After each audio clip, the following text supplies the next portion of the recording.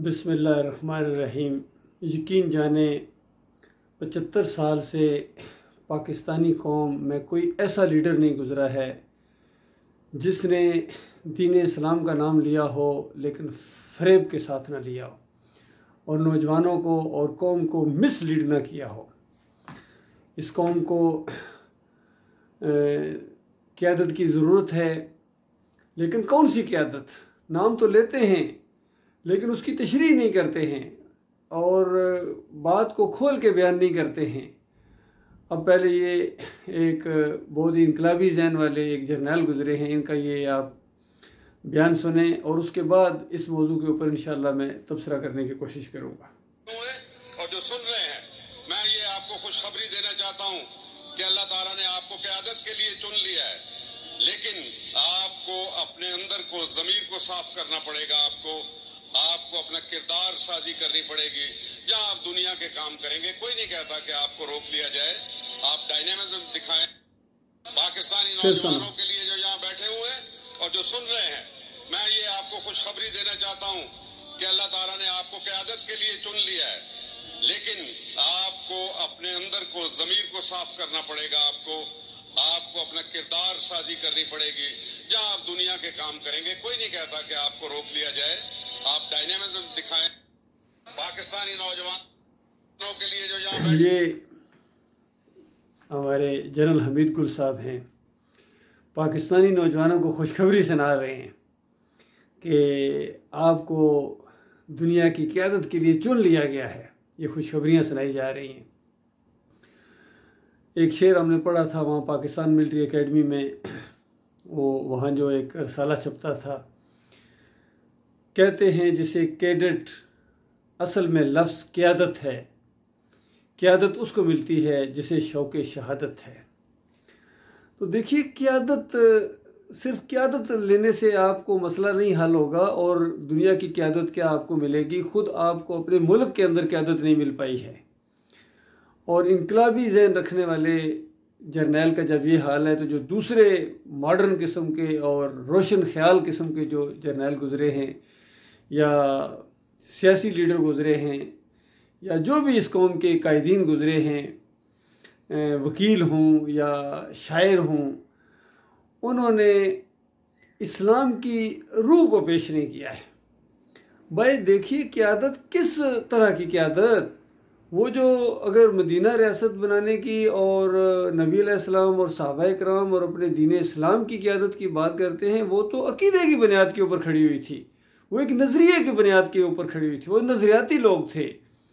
उनको ये फ़हम हासिल हो गया था कि उनका माबूद एक है और उस माबूद की फरमाबरदारी करनी है, चाहे कुछ हो जाए। तादाद को नहीं देखना है, वसाइल को नहीं देखना है, हालात को नहीं देखना है। देखना है तो अपने मालिक और खालिक के हुक्म को देखना है, फरमाबरदारी को देखना है और हम किस मकसद के लिए पैदा किए गए हैं, और वो मकसद एक है, वमा खलक़तुल जिन्ना वल इंसा इल्ला लियअबुदून। मालिक फरमाता है, मैंने जिन्नों और इंसानों को सिर्फ अपनी बंदगी के लिए पैदा किया है कि वो मेरी अताअत करें, मेरा हुक्म माने, उस तरह ज़िंदगी बसर करें जिस तरह मैं चाहता हूँ। जिसने बनाया है वही हक़ रखता है कि उसके बनाए हुए कानून के मुताबिक ज़िंदगी बसर की जाए।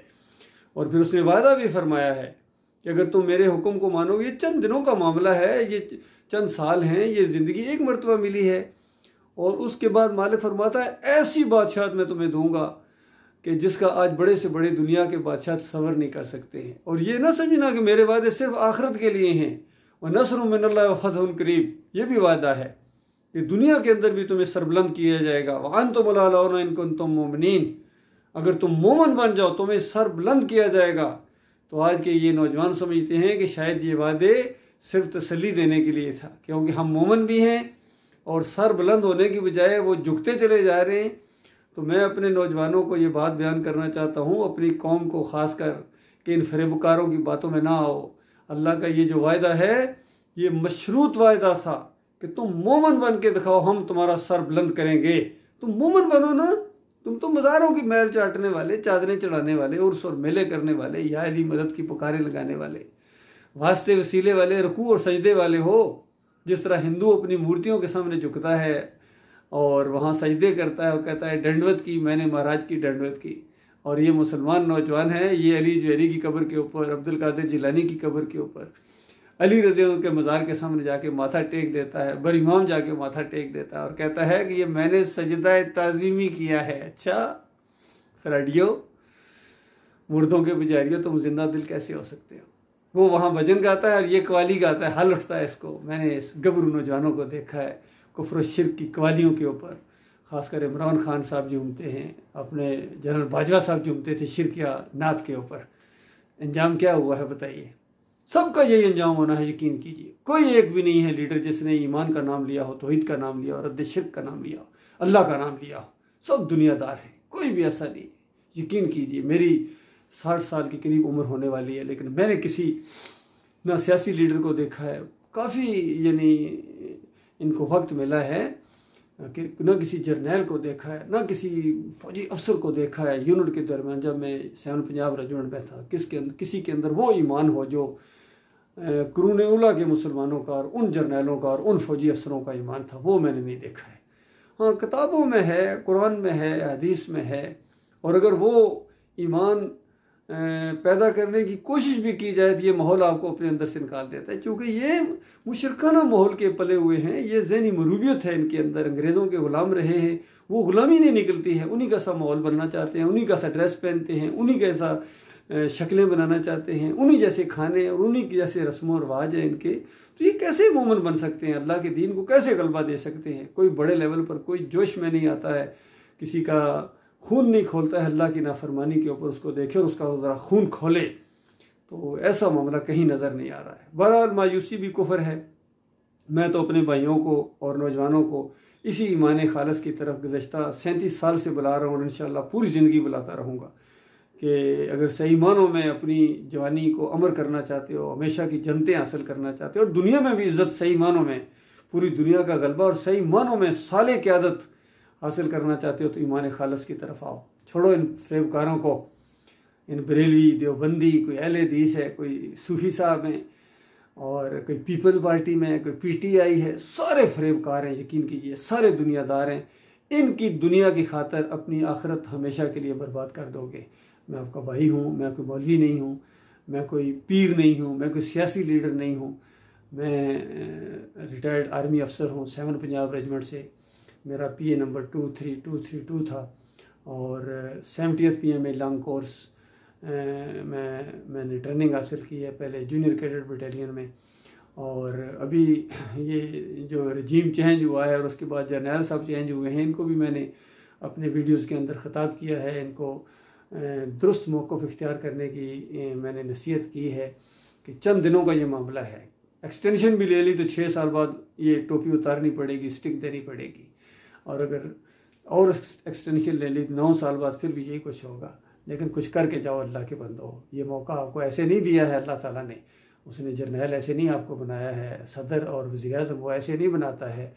वो अपनी फरमाबरदारी चाहता है। पहले खुद अल्लाह के फरमाबरदार बनो और फिर अवाम को, क्योंकि सब का बोझ आपके ऊपर है, सब का बोझ आपके ऊपर है। नबी अलैहि सल्लम ने फरमाया कि हर एक राह है, जिस गडरिया होता है, उसकी रैयत के बारे में उससे सवाल होगा। जितना बड़ी जिम्मेदारी है उतना बड़ा सवाल होगा।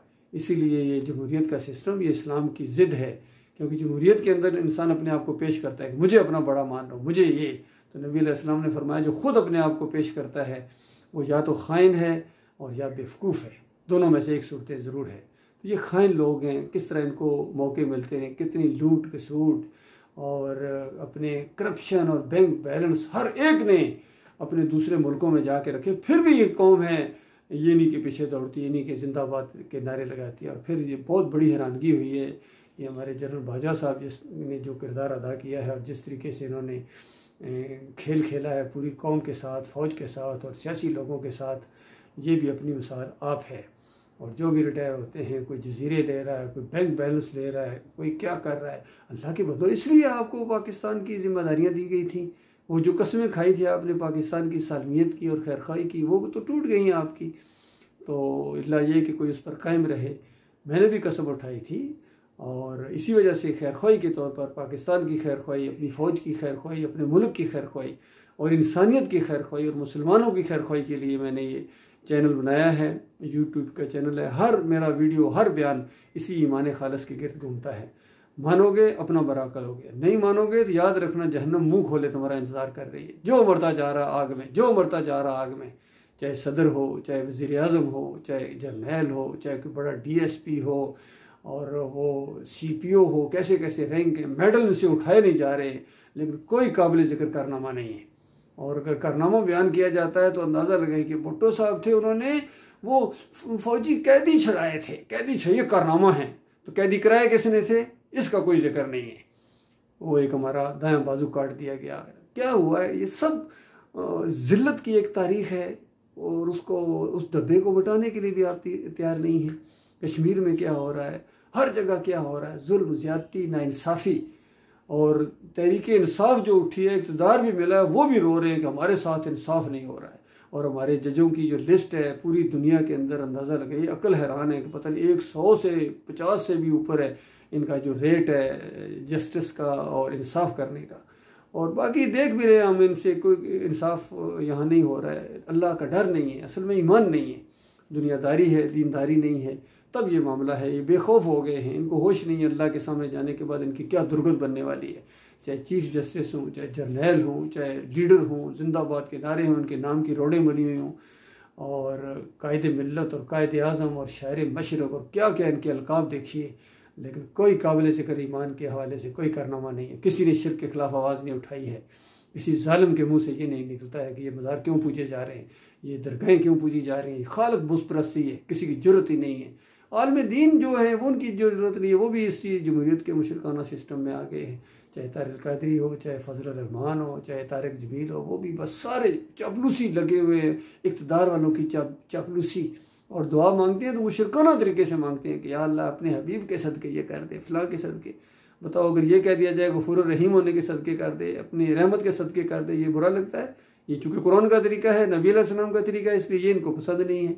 इनको तरीके पसंद है अपने उलमा और अकाबरीन और अपने मसलक के। और जब तक ये मसलक परस्ती नहीं ख़त्म होगी, फ़िरका परस्ती नहीं ख़त्म होगी और ये जमहूरियत का सिस्टम नहीं ख़त्म होगा, कोई खैर नहीं आ सकती उम्मत के अंदर।